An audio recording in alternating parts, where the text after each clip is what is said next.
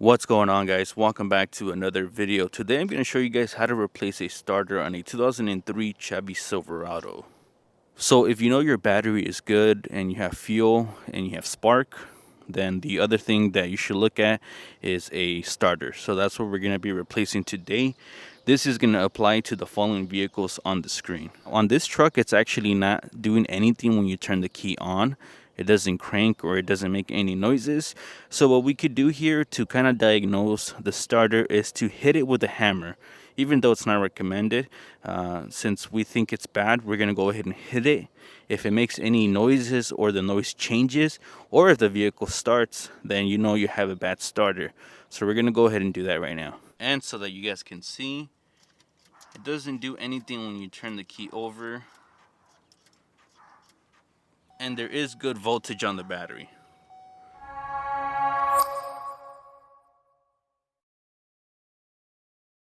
These are some of the tools that I used in today's video. I did use a hammer. It's not required for this job, but you guys will know why I used it in a minute here. You're also going to need a 3/8 ratchet, electric or a manual hand ratchet like this is fine. You're also going to need something to break loose those fasteners. I have an electric impact here, but you can also break them loose with your ratchet. I used an extension. This is about 6 inches.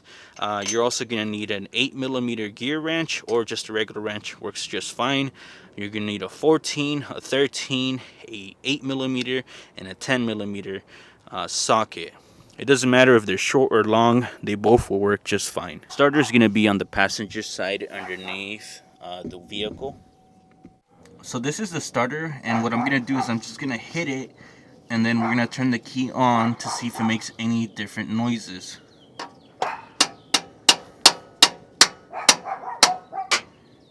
Alright, let's go ahead and see if it does anything different.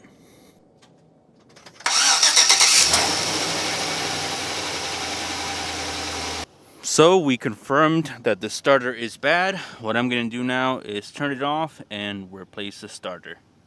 Before you even try to replace your starter, make sure you disconnect your negative terminal on your battery. If you don't do this, you're going to short stuff out.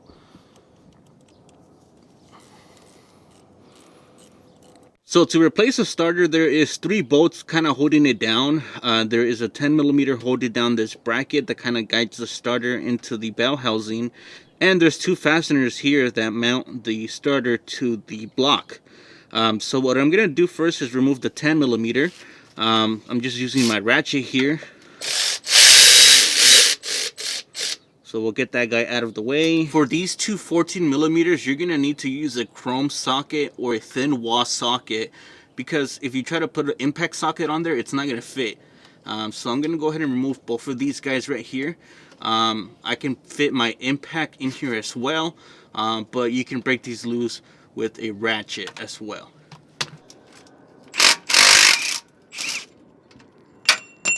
For the other fastener, I'm using an extension so that I can get my tool in there, but you can use your ratchet as well.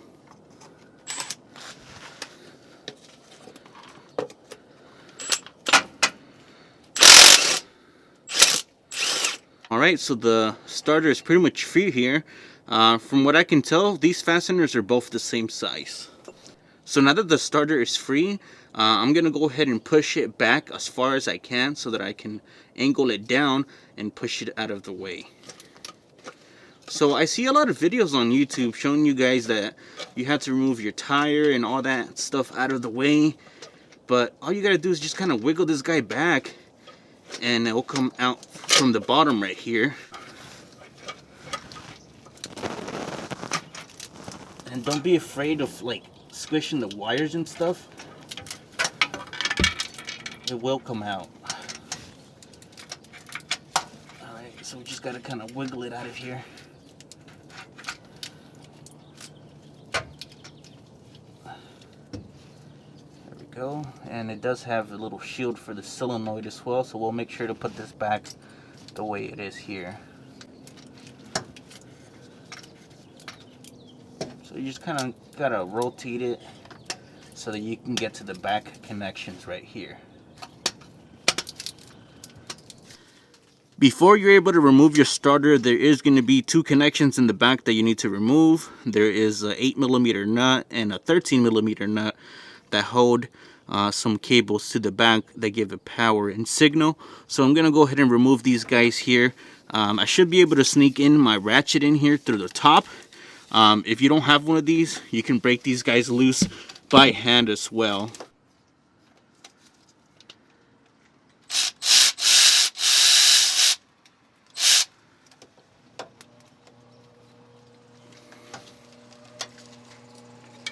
And remove the 13mm nut. And this guy should be free.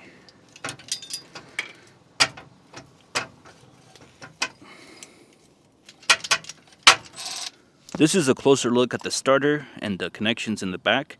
As you guys can see, there is just going to be two of these posts that are going to have the nuts and the wires going to it. This is the little heat shield that you want to transfer onto your replacement starter, and this is the way that it's supposed to be installed. So I'm going to go ahead and transfer this guy over, and then we're going to install this guy. On the starter solenoid, you're going to have a little groove that kind of shows you how it should be routed. But that's pretty much how you want to put it back on. So what I'm going to connect first is the smaller wire to the back of the starter right here.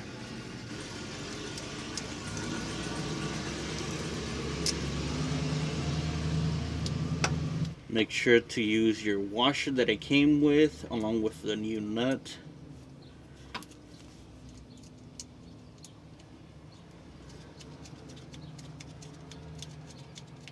And then we'll go ahead and kind of move it around so that we can get the other connector on there as well. So which is this guy right here. If you look on the back of the starter, the way it looks, this connection technically only should fit one way because there's a little tooth on here that kind of will stop you from spinning.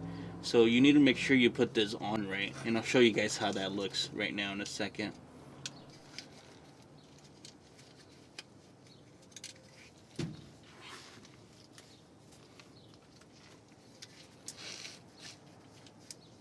Once you have everything kind of hand started, go ahead and tighten everything back down. These don't require a lot of torque, so don't overdo it.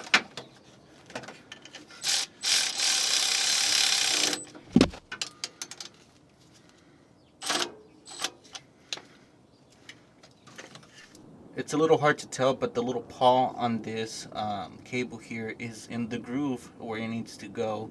So you just want to make sure that yours looks like that. What I'm going to do now is put this guy back together here into the vehicle. So to install this bad boy, what you want to do is kind of push up back where it came from. You want to push down this wire here down so that it can clear the starter.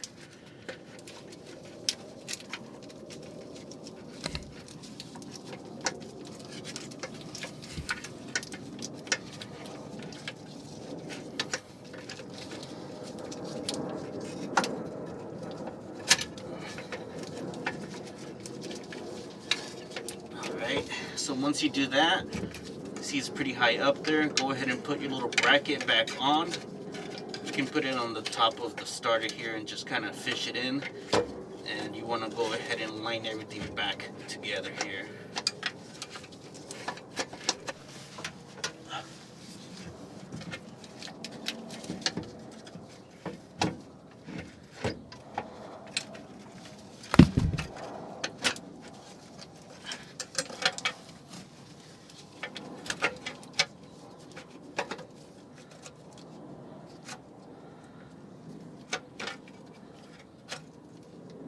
Once you have the starter in, go ahead and put the 10mm bolt that kind of helps guide the starter on this little bracket here.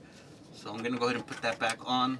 And then once I do that, I'm going to go ahead and put the two 14mm fasteners back on to secure the starter.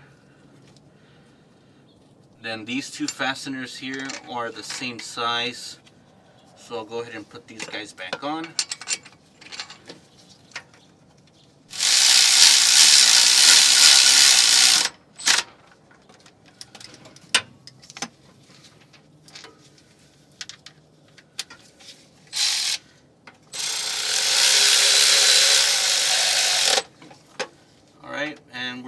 much done. I'm gonna just connect the battery back up and test everything.